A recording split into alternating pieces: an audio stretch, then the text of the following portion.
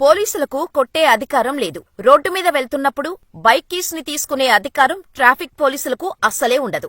నోటీసులు ఇవ్వకుండా పోలీస్ స్టేషన్కు రండి అని చెప్పే అధికారం పోలీసులకు లేదు. ఇలా ఎన్నో చట్టాలు ఉన్నా చాలా మంది ప్రజలకు తెలియదు. మరి మీరు తెలుసుకోవాల్సిన ఇంపార్టెంట్ చట్టాలేంటో ఇప్పుడు చూద్దాం. కంప్లైంట్ చేయటానికి ఏదైనా పోలీస్ స్టేషన్కు వెళ్తే ఇది మా పరిధిలోకి రాదు అని చెప్పే అధికారం పోలీసులకు లేదు. ఏ పోలీస్ స్టేషన్ అయినా ఆపద అంటూ వస్తే కేసు ఫైల్ చేసి ఎఫ్ఐఆర్ నమోదు చేసుకోవాలి. ఒకవేళ ఆ కేసు తమ పరిధిలోకి రాదు అనుకుంటే తర్వాత ఆ ఎఫ్ఐఆర్ కాపీని ట్రాన్స్ఫర్ చేయాలి. ఇది చట్టమే చెబుతోంది. దీనినే జీరో ఎఫ్ఐఆర్ అంటాం.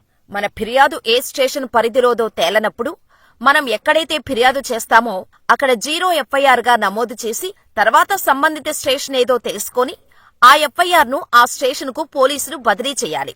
ఉదయం 6 లోపు సాయంత్రం 6 తర్వాత పోలీస్ స్టేషన్ కు రావాలని ఏ మహిళకైనా పోలీసులు ఆర్డర్స్ పాస్ చేస్తే నేను రాను అని చెప్పి తిరస్కరించే హక్కు ఆ మహిళకు ఉంటుంది. ఒకవేళ తీవ్రమైన నేరం చేసినట్టయితే మెజిస్ట్రేట్ పర్మిషన్తో మాత్రమే లేడీని అరెస్ట్ చేయవచ్చు. అది కూడా మహిళా పోలీస్ ఆధ్వర్యంలోనే. ఒక మహిళ నిందితురాలని లేదా ఖైదీని అరెస్ట్ చేయాలంటే కేవలం మహిళా పోలీస్ ఆఫీసర్ లేదా కానిస్టేబుల్ ఉండాలి. మగ పోలీసులకు లేడీస్ ని అరెస్ట్ చేసే అధికారం లేదు. పోలీస్ స్టేషన్లో ఏ పోలీస్ ఆఫీసర్ అయినా ఎఫ్ఐఆర్ నమోదు చేయటానికి నిరాకరిస్తే ఆ అధికారిపై కంప్లైంట్ చేసే హక్కు ఉంటుంది. ఈ కేసు ప్రూవ్ చేయగలిగితే 6 నెలల నుండి ఏడాది పాటు జైలు శిక్ష పడే అవకాశం ఉంది ఆ పోలీస్ అధికారికి. యూనిఫాంలో ఉన్నా లేకపోయినా ఒక పోలీస్ ఆఫీసర్ 24 గంటలు డ్యూటీలో ఉన్నట్టే. ఒకవేళ అతను డ్యూటీలో లేనని మీ కంప్లైంట్ తీసుకోవటం లేదు అని చెప్పినా అది చట్టరీత్యా నేరం కిందకే వస్తుంది.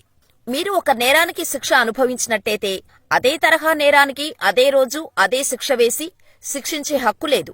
ఫర్ ఎగ్జాంపుల్, ఒకరోజు మీరు హెల్మెట్ లేకుండా ఒకసారి పట్టుబడి ఫైన్ కట్టారనుకోండి.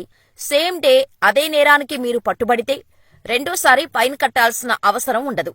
మేజర్లు కాకపోయినప్పటికీ అమ్మాయి అబ్బాయి లివిన్ లో ఉండొచ్చు. లివిన్ లో ఉన్నప్పుడు వారికి పుట్టిన పిల్లలకు చట్టపరమైన అన్ని హక్కులు ఉంటాయి. కానీ మన చట్టం ప్రకారం మైనర్లు పెళ్లి చేసుకునే అధికారం లేదు. అదే ఇండియా చట్టాల్లోని మ్యాజిక్. లేడీ ఎంప్లాయ్ ప్రెగ్నెంట్ అయిందని ఉద్యోగంలో నుంచి తీసేసే హక్కు ఏ కంపెనీకీ లేదు. ఒకవేళ అలా చేస్తే 3 ఏళ్లు జైలు శిక్ష పడుతుంది. నాకు పోషించే సత్తా ఉంది, నేను ఎప్పుడు పడితే అప్పుడు దత్తత తీసేసుకుంటా అంటే చట్టం ఒప్పుకోదు. Hindu adoption and maintenance act ప్రకారం ఒక వ్యక్తికి కొడుకు లేదా మనవడు ఉంటే అతను మరొకరిని దత్తత తీసుకునే హక్కు లేదు. ఒకవేళ అలాంటి సిచ్యువేషన్లో దత్తత తీసుకోవాలంటే ఇద్దరి పిల్లల మధ్య 21 సంవత్సరాల తేడా ఉండాలి. అందరూ ఎంఆర్పీ రేటు పెట్టి ఇదే ఫిక్స్ అని చెప్తారు కదా. అయితే ఎంఆర్పీ ధర కంటే తక్కువకు బేరమాడే హక్కు కొనేవారికి ఉంది. కానీ ఎంఆర్పీ ధర కంటే ఎక్కువ రేటుకి వస్తువును అమ్మే హక్కు అమ్మేవారికి ఉండదు. ఈ మధ్య ఇళ్లల్లో గ్యాస్ సిలిండర్ పేలి ప్రమాదాలు చాలా జరుగుతున్నాయి. అనుకోకుండా ఇలాంటి ప్రమాదాలు జరిగితే నష్టపోయాం అని కుమిలిపోకుండా ప్రమాదం జరిగిన వెంటనే స్థానికంగా పోలీస్ స్టేషన్లో కంప్లైంట్ చేసి ఎఫ్ఐఆర్ నమోదు చేయించాలి. ఆ ఎఫ్ఐఆర్ ని తీసుకుని గ్యాస్ ఏజెన్సీ నుంచి నష్టపరిహారంగా 50 లక్షల వరకు క్లెయిమ్ చేసుకునే వెసులుబాటు ఉంటుంది. కాస్తలో కాస్త ఆర్థికంగా కోలుకోవటానికి ఈ మనీ ఉపయోగపడుతుంది. లాస్ట్ అండ్ ఫైనల్, ఈ లా పాయింట్ గురించి మనలో చాలా మందికి అస్సలు తెలియదు. ఏ 5 స్టార్ హోటల్కైనా కామన్ మ్యాన్ వెళ్లి మంచినీళ్లు తాగటానికి వాష్రూమ్స్ వినియోగించుకునే హక్కు ఉంటుంది. వద్దని చెప్పటానికి ఆ హోటల్ వాళ్లకు ఎటువంటి హక్కు ఉండదు. మరి ఈ ఇంట్రెస్టింగ్ లా పాయింట్స్ గురించి మీకు ముందే తెలిసి ఉంటే మాకు కామెంట్ చేసేయండి.